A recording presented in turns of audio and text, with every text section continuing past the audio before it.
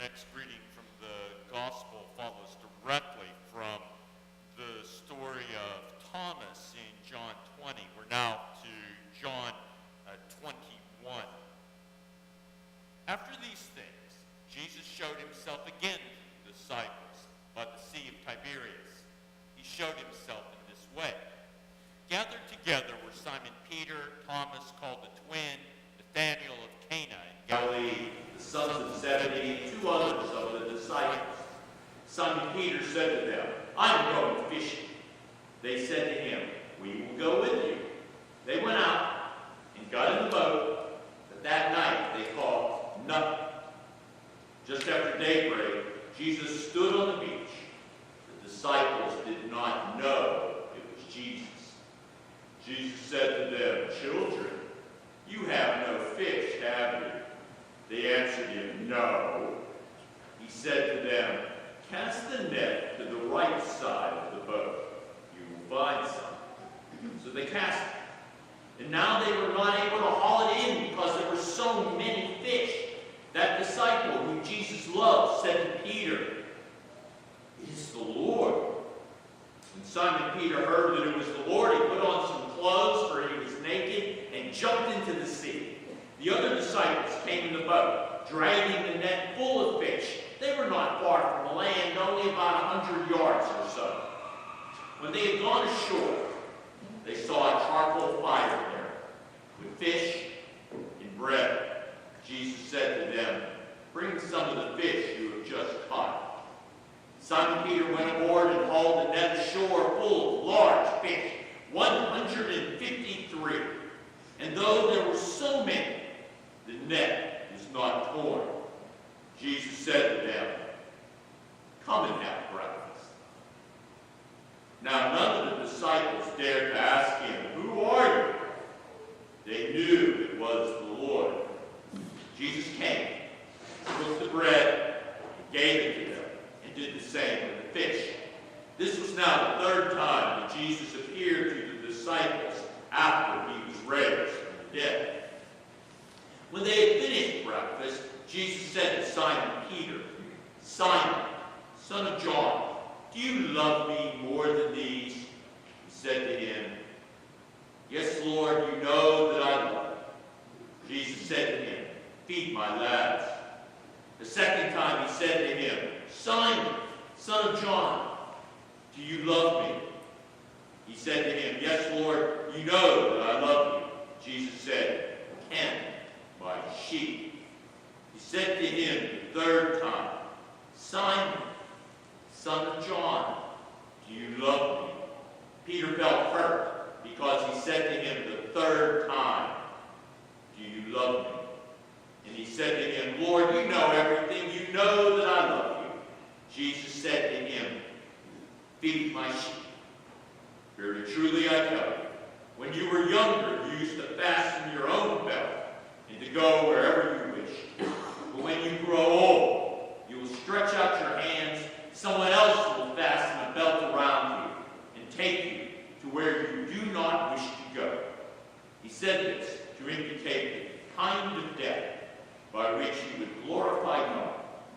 After this, he said to him, "Follow me." So many biblical passages deal with insight and revelation in different ways and in different forms. All of our readings deal with insight, revelation, transformation this morning. I want to touch on the readings and make a link to baptism this morning. In the book of Acts, Saul is introduced as one who holds the coats of the mob that murdered the deacon Stephen. His life is about persecuting members of the infant sect that would become the Christian church. Now, the last person on earth who you would imagine be given a revelation about Jesus Christ in this fledgling church, this persecutor of the church, is favored with a vision. On the road to Damascus, where he wants to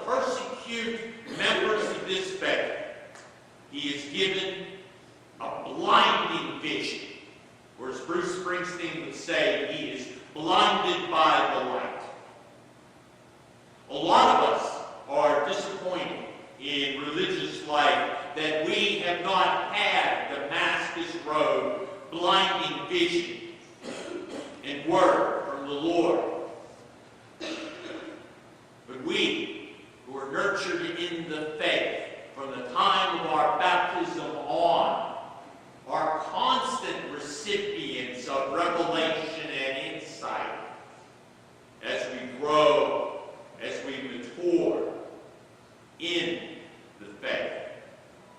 There's another vision in this story that continues after our short reading this morning. And a Christian named Ananias has a vision. He's told that Paul is coming. He wants to hide. And he's told, no. Paul's been blinded in a vision. You pray for his healing. Now, if I'm Ananias, I want no part of a persecutor of the church. If I'm Ananias, I'm saying, good, he's blind. He won't be able to find us. No. He's told to be an agent of healing. Ananias is going to be the great representative of the new church. Will I pray for an enemy of the church? Will we include former enemies of the church into our group? Will we learn to help and work together? Can we reconcile people of different acts, different histories, different beliefs? Can we be transformed into this new community? Ananias heals the enemy. And now, the scales fall from Saul's eyes. He has received not only physical healing, but the healing power of forgiveness and entrance into this community he has so steadfastly opposed. Saul's not eaten for 3 days. He's not had anything to drink. To be able to do his spiritual work, he will need physical strength. And he's given food and drink. 3 days is about the limit we can live without water. Being Americans, we could live for months probably without eating. But we have to have fluids. But recall, Jonah was in the belly of the beast for 3 days. We're in Easter. Jesus was laying in the tomb. And on the 3rd day, was raised. Paul experiences Easter. He's called into this new community by a question from the risen Jesus. Called into a new community that can heal, forgive, and send out their erstwhile persecutor. Just recently, Desmond Tutu of South Africa's daughter, with whom he's written a book on forgiveness, was here in the racial divide of Ferguson, Missouri. She reminds us that the Christian community is called not only to forgive individuals, but to be a reconciling force in our society. Paul was blinded by the light. Ananias was temporarily blinded by an enemy. That in the vision of Jesus Christ, they see each other and their place in the world in a new way. What baptism offers us continually, what it will offer Oliver, is the chance to be in a transforming spiritual community, but one that knows full well that it is a prayerful community, but also a community of action. That spiritual power has to be wedded to physical sustenance, or otherwise we dry up and fly away. I've received few religious epiphanies or visions in my life, but one of my religious epiphanies has been in reading a book by Eugene Peterson called Reverse Thunder on the book of Revelation. He argues in and I think successfully, that the whole core of the book of Revelation is in the little passage Susie read this morning. This is not, of course, the charts of the newer American interpretations, but it's the core, perhaps, for older established churches that have left this sort of material untouched and open, therefore, to less solid interpretations. The core image in our passage is a little slaughtered lamb. In our picture here in church, the lamb holds a banner and is triumphant. But there in God's own throne room is a little slaughtered lamb, an emblem of sacrifice and defeat that has been transformed by God into the instrument of good and the image of the divine working in our lives. The little lamb is in the center of this vision. This little lamb is the revelation of how God often works in the world. Not through coercion, not through power over us, but working with what God has to deal with. And that includes us. This is, in the end, a worship vision that reminds us that what we do in worship is a reflection of life in heaven. A mirror, if you will, of what life with God is and will be like for us, and the ways of God in our world.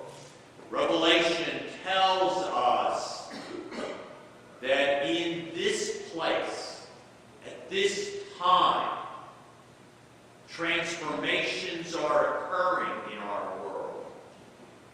For at this day, Oliver Wendell Froug will be baptized. At this day, the heavens open. This day, before a myriad of ancestors and fellow Christians, past, present, and future, he is being brought into a worshipful community where God and human life are joined. The whole notion of Revelation is to peek behind the curtain. Some of you have seen the movie of The Wizard of Oz. Remember, the wizard says, "Don't look behind the curtain." And if I remember right, the little annoying dog Toto is the one that pulls the curtain behind. And we see the reality of the wizard. Revelation pulls the curtain that separates heaven and earth and helps us see both in a new way. The great mighty God is best seen in a slain little lamb. This is not C.S. Lewis's Lion of Aslan. This is a slain little lamb. In the precincts of the divine, small is beautiful. Small is great. The small, honored, worthy, as any adult Christian, as any pope, is Oliver this morning.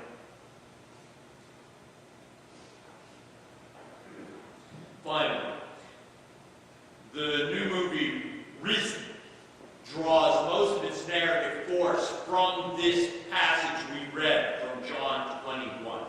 I've always loved this story. It's the story of a beach breakfast barbecue. Jesus, although risen, does what? He attends to the physical needs of his disciples. He feeds them breakfast. But also, he offers them advice on how to live their lives, to take the net and cast it on the right side of the boat. Now again, if I were the disciples, I would have found this exceptionally annoying. I can't stand when somebody is hanging over me, especially with unsolicited advice when I'm trying to work. Maybe you're not like that, but I am. I also dislike interruptions, especially when I'm trying to write. I am very good at muttering imprecations when the buzzer starts on the door here at church for somebody looking for help right when I'm typing away. I particularly hate it when I'm trying to do something and things aren't going well and somebody offers you unsolicited advice, watching me when I'm trying to cook something and the sauce isn't thickening. Or what's really annoying, do you ever make risotto and you have to sit there like a toad for 25 minutes stirring this thing?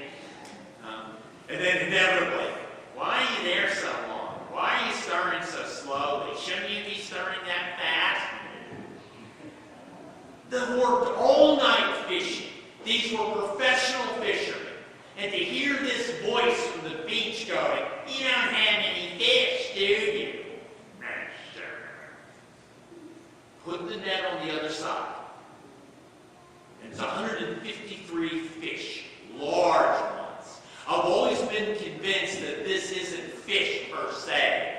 This is John's church.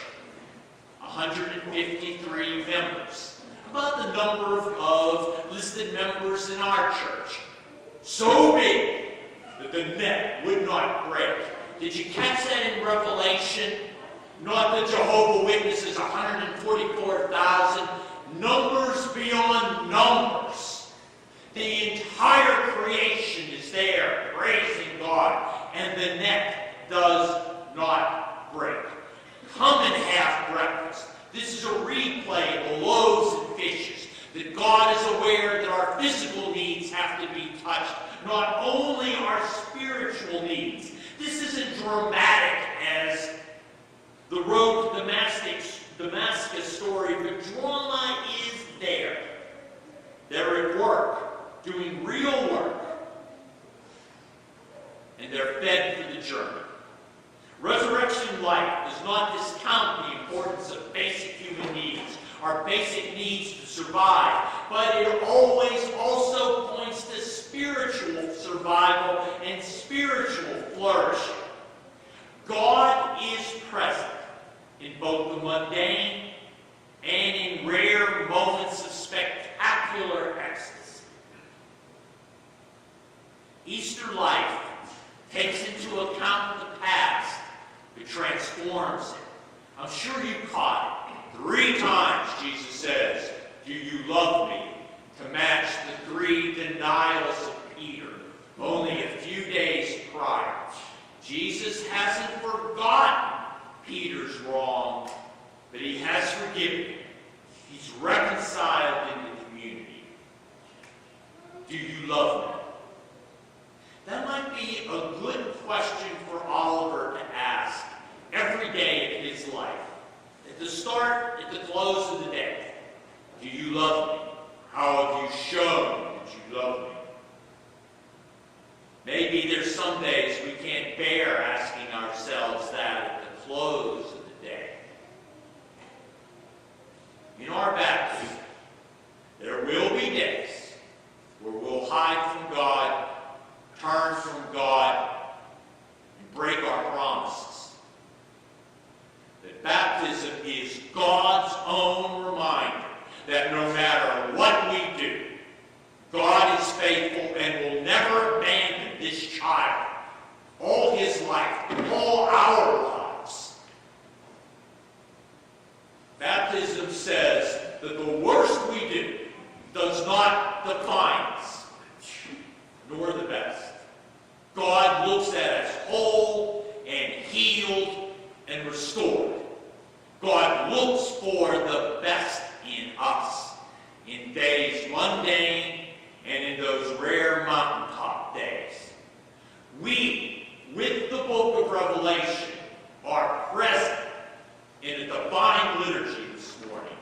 God reaches out, the heavens open, and to Oliver, we hear the words once again, "This is my beloved, in whom I am well